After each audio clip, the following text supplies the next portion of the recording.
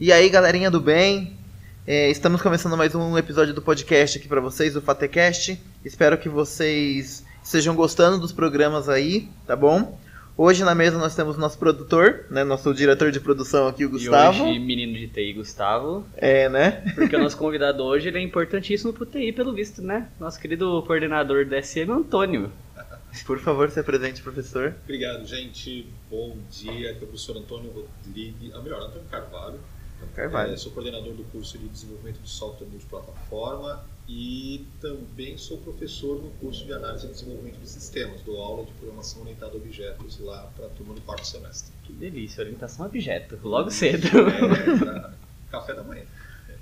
Cara, é um assunto que pra mim, no caso, esse bebê, né, tem pouca idade, eu não surfei nessa praia da tecnologia, né? Orientação a objeto, como que a gente pode explicar de um jeito simples para essa criança? É um jeito de programar mais estruturadinho, vamos dizer assim. Assim, a gente quando vai criar software, né, um dos problemas de criar software é justamente fazer um software que possa ser modificado ao longo do tempo. E aí a gente tem os processos de programação, eles foram evoluindo ao longo dos anos 60, 70, 80 e tal. E nos anos 80, o pessoal começou a ver que a gente poderia ver os objetos que existem atualmente. Então, por exemplo, se eu for lá na secretaria fazer um sistema para mapear a secretaria, eu vou perceber que tem vários objetos que entram lá. Tem pessoas, né? Tem alunos que entram, professores que entram, tem vários documentos. Cada documento daquele é um objeto, né? Então a gente passa a ver a programação, a ver o problema de programação não como um monte de funções, um monte de coisas que tem que ser criadas, e sim como um monte de objetos. E aí a gente mapeia aqueles objetos que existem para código e identificamos quais são as classes, e a partir daquelas classes a gente consegue criar os nossos sistemas para montar formulário, montar tudo que precisa para a gente mapear aquelas informações para dentro do computador. Então é uma forma, uma abordagem de você enxergar o problema e transferir isso para dentro do computador. Isso existe desde os anos 80 e teve um cara chamado Alan Key, se eu não me engano, que cunhou esse termo de orientação a objetos, que fez isso. Mas não precisa ser técnico na nossa conversa, não. Não, a gente pode ir, né? Quando a gente vai convidar tanto o professor quanto o aluno, a gente dá uma sondada assim no pessoal e tudo mais, e para professor a gente geralmente apela pro LinkedIn. Então demos uma olhadinha no seu LinkedIn, vimos algumas das suas formações, das suas carreiras. Então se você quiser falar também sobre suas formações, sobre cargos e tudo mais, porque a gente viu que você trabalha com coisas da IBM, coisas do tipo, então assim, eu como menininho de TI quero mais informações também, como que é o negócio. Então vamos lá. Eu trabalhei na IBM, né? Na verdade, vou começar um pouquinho antes, tá? Claro. Uma coisa muito curiosa que aconteceu na minha vida é que eu não tive essa dificuldade que os adolescentes têm hoje de escolher carreira. Quando eu tinha 8 anos de idade, eu ganhei um computador. Na verdade, quando eu tinha 7, eu ganhei um videogame. E aí eu já gostei de videogame. Falei, é isso que eu quero, né? Quando eu tinha 8 anos de idade, eu ganhei um computadorzinho. Era um computador, para quem gosta aí da época das coisas velhas, né? É um computador da 486, não. Não, era bem mais velho que isso. Chamava-se Hotbit, era da Sharp, era um computador branquinho. E aí eu comecei a gostar. Para mim, no começo era um videogame, né? mais evoluído. Mas eu tinha um irmão que programava, ou brincava de programar, e aí ele começou a me mostrar uns comandinhos e eu comecei a gostar. Naquela época a gente não tinha internet, não tinha nada. Não tinha Stack Overflow também, né? Não tinha Stack Overflow. O único Stack Overflow tinha era um erro que dava no computador chamado Stack Overflow, que naquela época já tinha. E quando a gente queria aprender alguma coisa, nós tínhamos que ir na banca de jornal ou numa livraria comprar livro. Então, na época, a gente ia na banca de jornal e tinha uma revista chamada Input. E a gente ia comprando, acho que era mensal ou semanal, sei lá. E cada revista dessa tinha um programinha, tinha alguma coisinha para fazer, ensinava alguma coisa, e foi aí que eu comecei a aprender informática. Quando eu tive 13 anos de idade, eu fiz um curso que era um SOS computador, chamava Logo na época, e a gente aprendeu a fazer programação em linguagem chamada BASIC. E quando eu tive 13, acho que 14, eu fui para o ensino médio, eu fiz um técnico no médio de informática, né? Técnico de processamento de dados, uma coisa assim. E aí, cara, aí eu deslanchei, né? Eu fui atrás de fazer programação e aprendi, gostei bastante.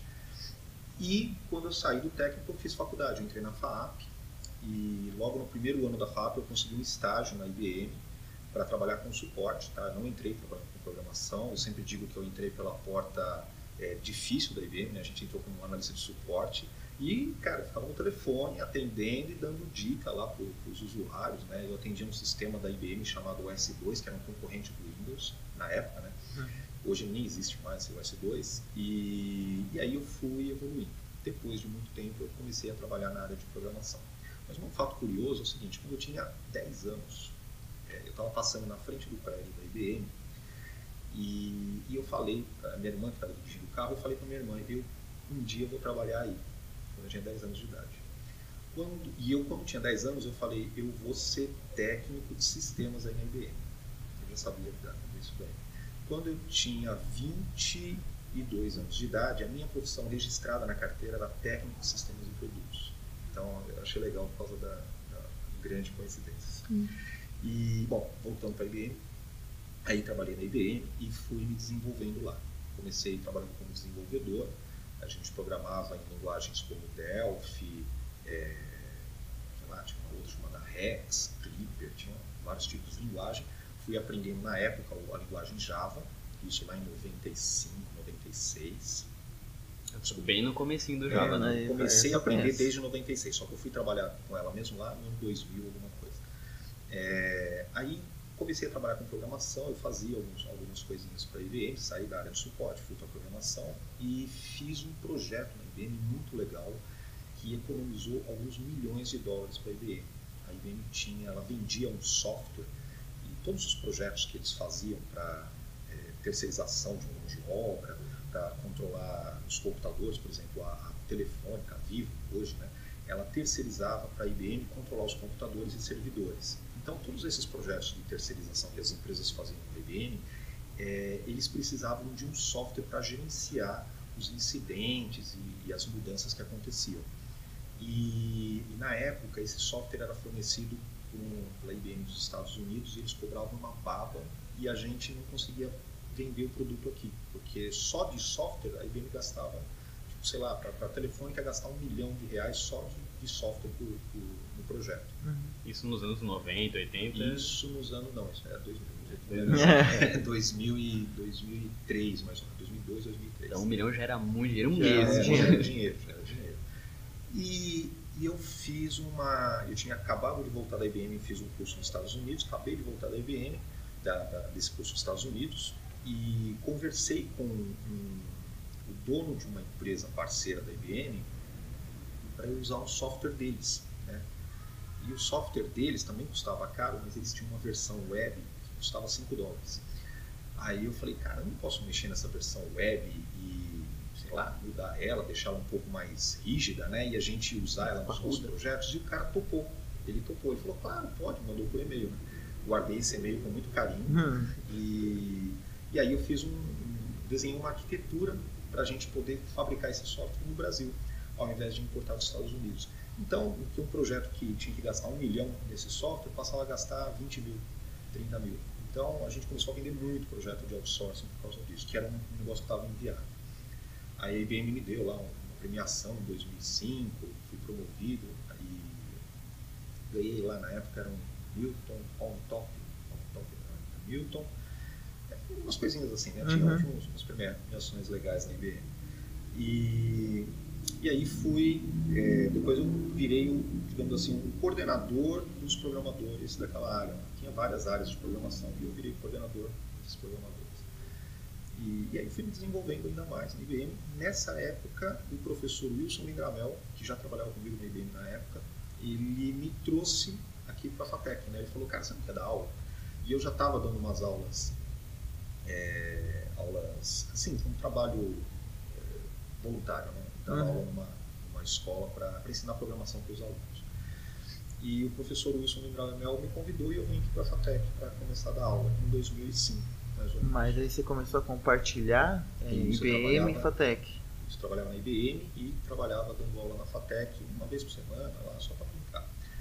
E aí fui crescendo na IBM, fui para um time de arquitetura, virei arquiteto de sistemas, era um time bem legal, a gente via toda a parte estratégica da IBM, aprendi bastante lá.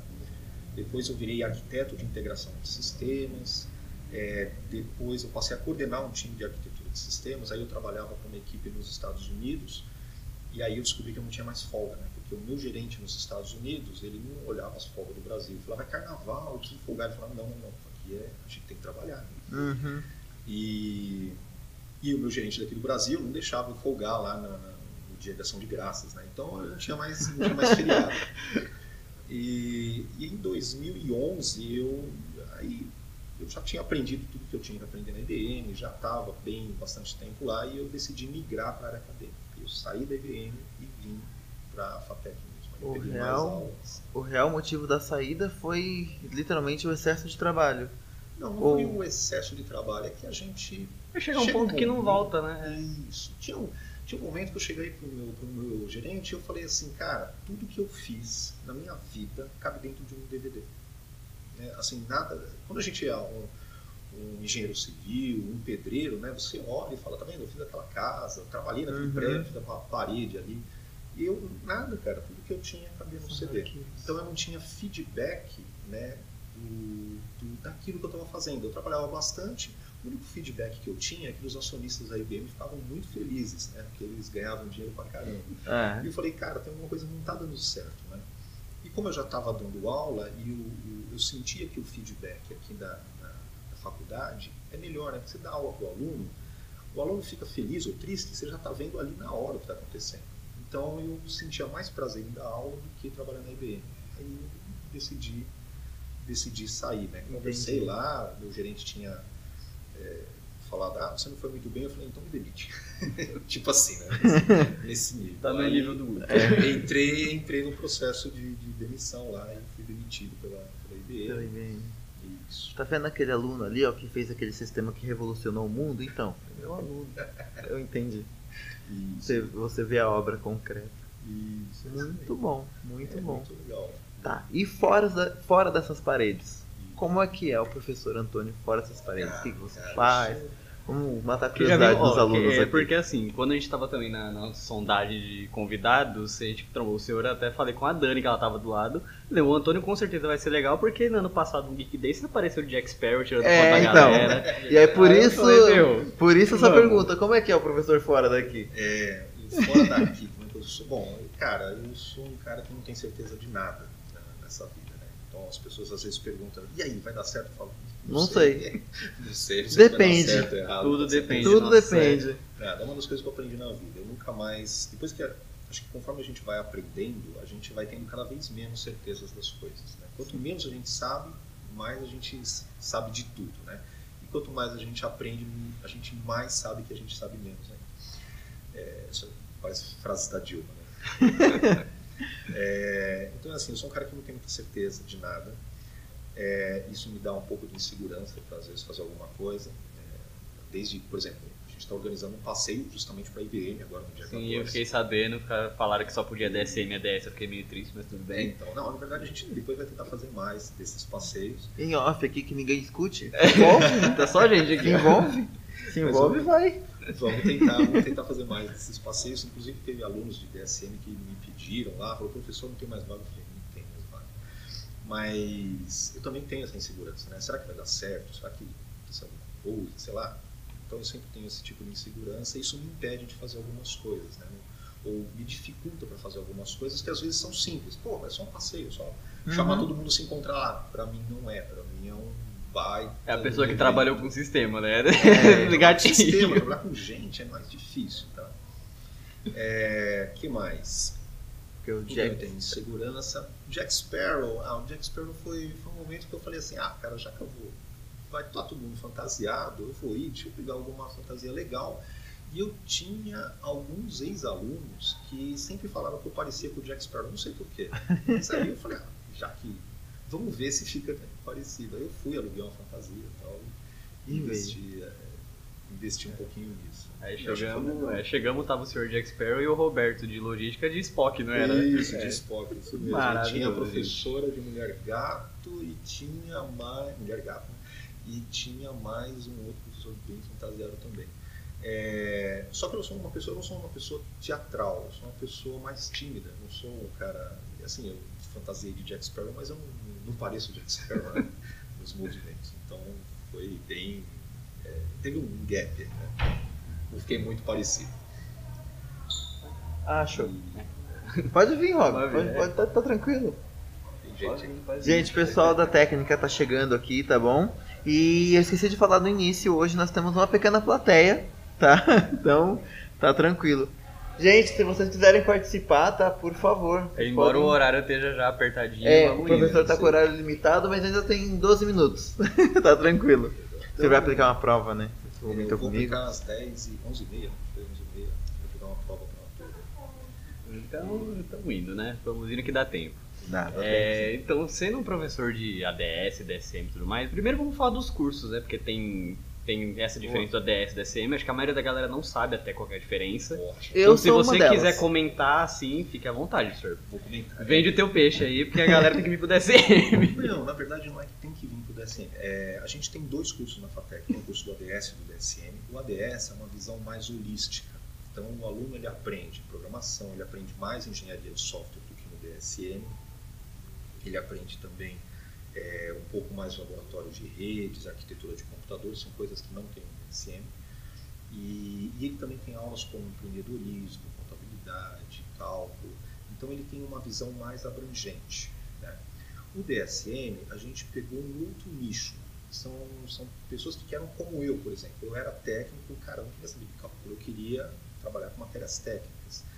Então o DSM é um curso mais focado, ou seja, a gente não tem contabilidade, não tem administração, empreendedorismo, cálculo, tiramos algumas matérias de arquitetura de computadores, essas coisas, e colocamos matérias mais relacionadas com conteúdos que são mais necessários nas empresas hoje.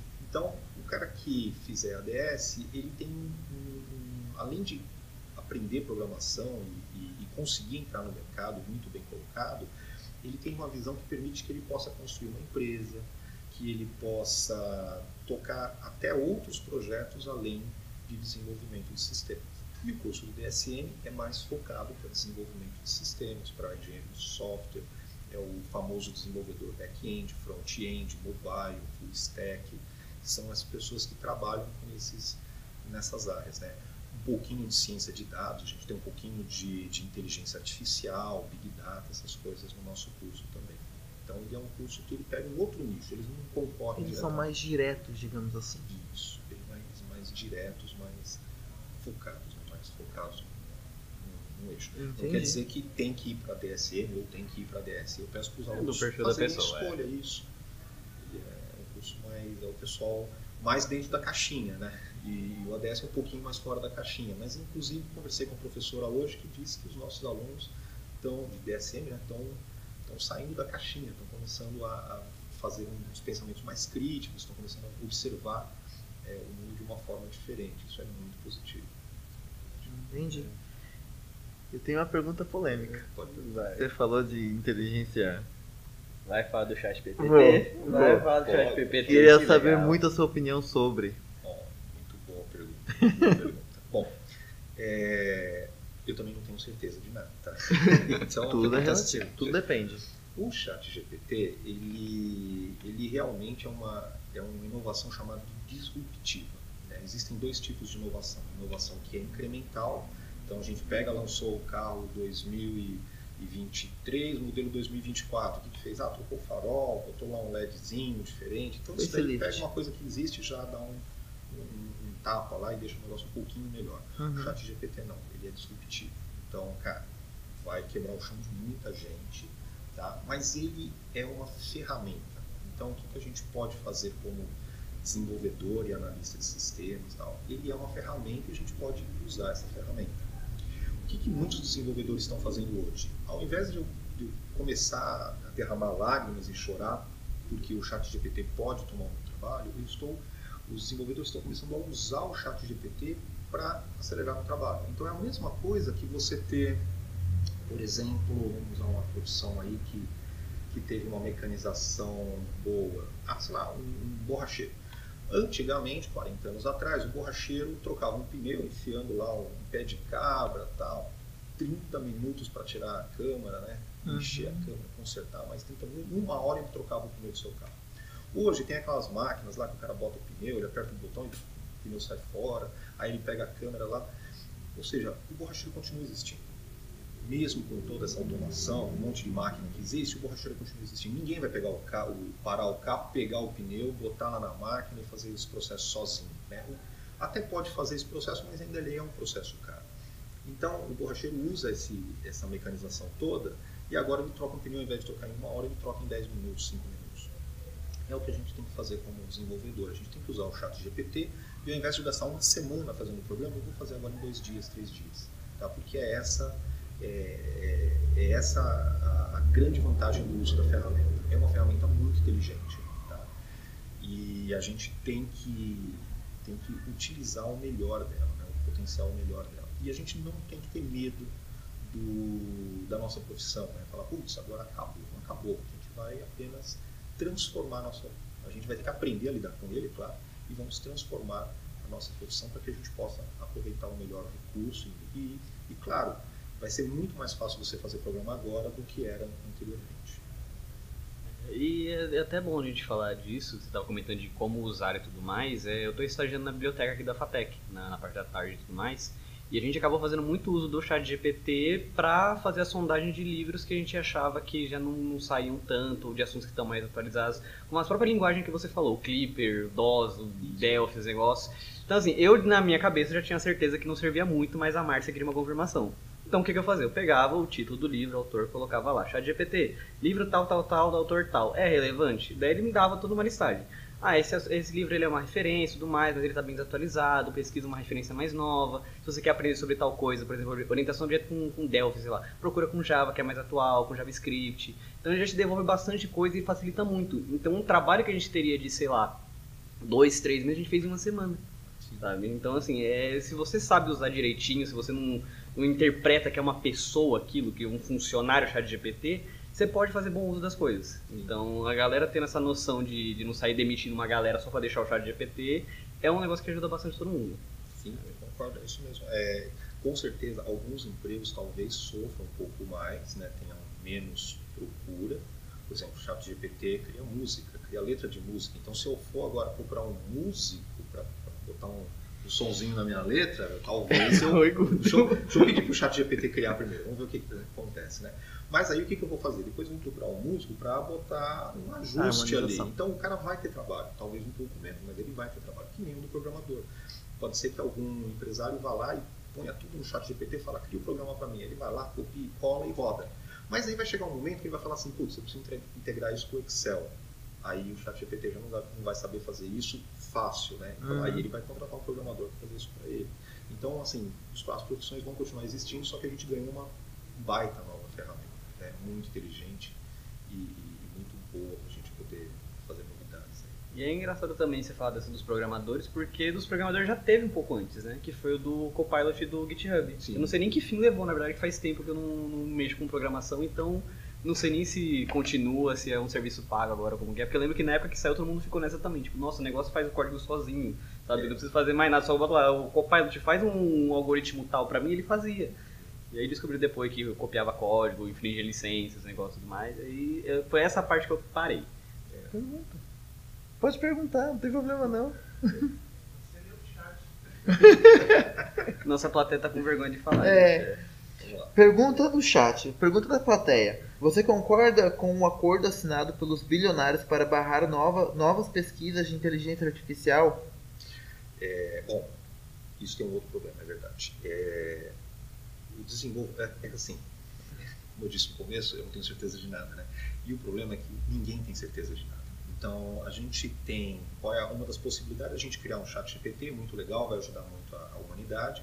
Só que se a gente desenvolver muito o chat GPT e ele ficar uma consciência de verdade. A gente no já viu o momento que ele fala Exterminador assim, do Futuro, né? Então, Nossa, verdade. uma das vertentes é que realmente, uma das vertentes é que, putz, ele pode ser uma consciência muito bonzinha e falar assim, nossa, deixa eu ajudar esse monte de humanos aí, né?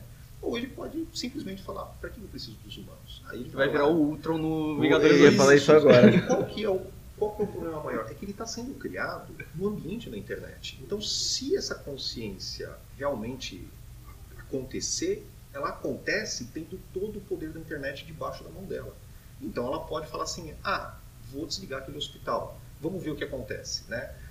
Vamos desligar os semáforos da cidade de São Paulo, deixa eu ver o que Criado acontece. na Deep Web. Então, mas ele pode não fazer nem por maldade, ele pode fazer, sabe, É uma uma criança criança, vai né? aprendendo, você Vou bota uma enfiar o dedo na criança para ser tomada. criada num monte de botões de bombas atômicas ali. Aí ele que vai, deixa eu acontece? apertar esse, deixa eu ver o que acontece. Nossa, explodiu. Ele não está vendo realmente o que está acontecendo, ele não entende o nosso sofrimento. Uhum. Então, um problema que pode acontecer é esse, é a gente criar uma consciência que a gente não sabe em que momento que isso pode acontecer, e ela, além de ser uma consciência, ela tomar a internet. Então, dos acordos que está sendo feito é o seguinte, barra a criação de novas inteligências artificiais por 6 meses, né, que é para a gente, vamos botar no papel, vamos entender o que está acontecendo, e depois uma outra coisa que está sendo sugerida é criar tipo um laboratório para desenvolvimento de grandes inteligências artificiais. Então o que acontece? Vai ter esses computadores gigantescos, eles vão processar, vão aumentar a inteligência, talvez até criar uma consciência, só que é o seguinte, ela está confinada no laboratório. Não vai ter acesso à internet, não sei, né, vai que eles fazem a coisa mal feita lá, mas a ideia é que ela não tenha acesso à internet. Que nem a gente, por exemplo, a gente cria buracos negros aqui dentro na Europa, naquele laboratório do colisor de átomos, lá o CERN. Então eles querem fazer a mesma coisa, só que para inteligência artificial. Nós vamos criar... o problema da inteligência artificial é que ela não vai ser tão inteligente quanto um homem, ela vai ser tão inteligente quanto a raça inteira. Então a gente praticamente está criando um deus ali que vai saber muito mais do que a gente, né? E se a gente der para ele mecanismos de acionamento e sensores para começar a perceber, a gente não sabe o que ele pode fazer. Pode virar. Isso. Então, Aí a gente pergunta criar errado e a resposta vai ser 42. Isso. Bom, se tudo der certo, vamos tentar fazer uma parte 2, só pra gente falar sobre esse tema, porque tá bem legal. Infelizmente o horário tá batendo, né? O senhor tem que aplicar a prova, eu tô preocupado mais com o seu horário, tá? 2 perguntinhas pra encerrar rapidinho. O que é FATEC pra você em uma frase? Bom, a FATEC ela é um meio de transformação de vidas. Então o que acontece? A gente percebeu ao longo dos anos, a gente tem muitos alunos que entram na FATEC, às vezes com uma expectativa, né? E realmente transforma a vida do aluno. Não falo só a FATEC, mas toda a universidade, toda a escola técnica, eu acho que faz esse processo de transformação. Sim. Por quê? Porque o trabalho, ele... Assim, é um pouco chato a gente falar assim, a gente prepara o aluno para trabalhar, mas o trabalho, ele resolve muitos problemas, a gente aprende muito trabalhando. Então tem muitas pessoas que têm dificuldades sociais, que às vezes têm dificuldade comportamentais, aquelas dificuldades nos soft skills, e elas aprendem a melhorar isso trabalhando no processo do trabalho, né? Então ela vai ter grupos de trabalho, vai ter chefe, vai ter outros desafios que às vezes ela não tem em casa. E a FATEC permite isso, né? Então a gente prepara o aluno para uma nova vida. E É realmente uma acho que transformação. é o ápice, né, da FATEC. Claro que a gente tem um monte de problema e a gente é primo pobre. E indica alguém pra sentar aí no seu lugar para o próximo podcast. Professor Wilson Mengravel. Tranquilo. Ele não sabe quem é, mas eu sei, então tá Sabe suave. quem é? Então tá bom. Professor Wilson Mengravel, ele é uma figura, cara. E às vezes, tinha um dia que a gente fez uma festa fantasia na IBM, ele foi fantasiado de... Caraca, aquele cara que tem os cabelão comprido. A memória é foda, né, cara? Eu preciso chamar o chat GPT aqui. Que nem cabelo comprido? Bem antigo também, velho de casa. E ele fez um programa agora no History Channel de viagem. Pegou o filho dele, foi fazer uma viagem lá pela Europa. Eu vou lembrar depois até o final. A gente coloca na descrição. Isso, Tá bom, professor, obrigado pelo convite. Vamos realmente tentar fazer uma segunda parte, porque esse assunto é bem legal pra gente discutir, dá pra falar horas sobre e assim, isso. Então. E eu me conti muito aqui porque eu podia perguntar milhares de outras coisas. É, porque eu sou então... ex-aluno de técnica de informática da ETEC e ex-graduando de ciência da computação. Então eu poderia falar de orientação a objeto, de sistemas, de chat GPT, de metaverso, né, Diego? Poderíamos falar de metaverso também. Tudo, aí eu pego um pau de pipoca e fico assistindo. Obrigado, professor. Obrigado mesmo. Gente. Valeu.